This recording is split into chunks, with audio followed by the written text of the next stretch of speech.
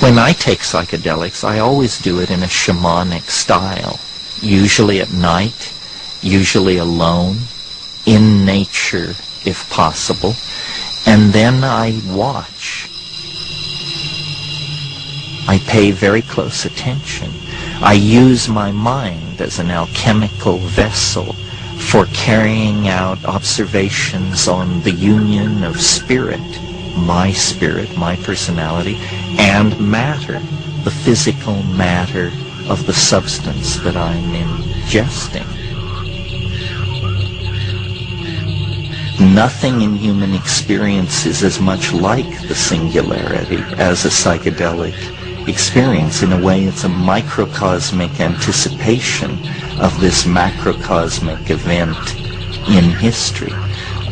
When we take psychedelics, we undergo a mini apocalypse, a mini revelation, and it positions us then for these larger events in the historical time stream.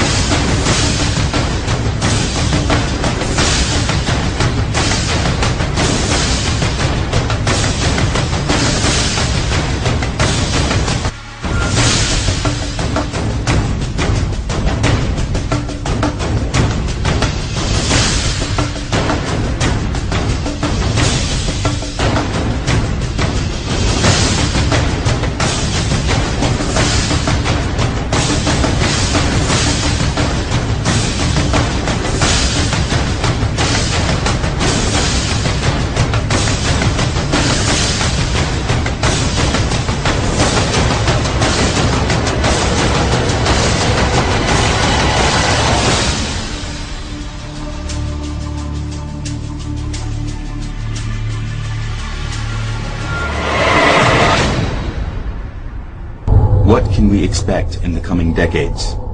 The prospects of technology appeal to people's deepest fears as well as to their highest hopes. A rational debate about the future seems no longer possible. In fact, such discussion, by definition, is beyond our human capacities. Aren't we still too human to be prepared for becoming transhuman? It is an enormous privilege to be alive right now and to be a part of this movement, and it's a very difficult time. I don't deny that at all.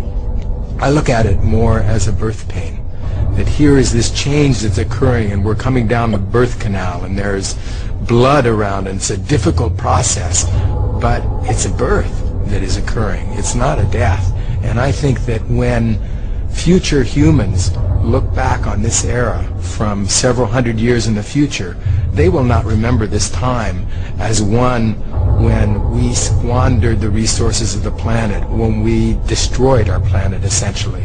They'll look at this as an extraordinary moment in time when we developed the basic technologies, the basis for their societies. We developed genetic engineering, the ability to basically rework our own genetic blueprint, which is something unprecedented. It's never happened in 3.5 billion years of history. We began to move out into space. For 3.5 billion years, life, all of life, has been constrained to this thin film on the surface of the planet. And now, quite suddenly, in just an instant in time, we're moving out towards the universe. And the third thing that has occurred in our era is artificial intelligence, computers. Suddenly, non-living material is beginning to achieve a level of complexity that rivals that of life itself.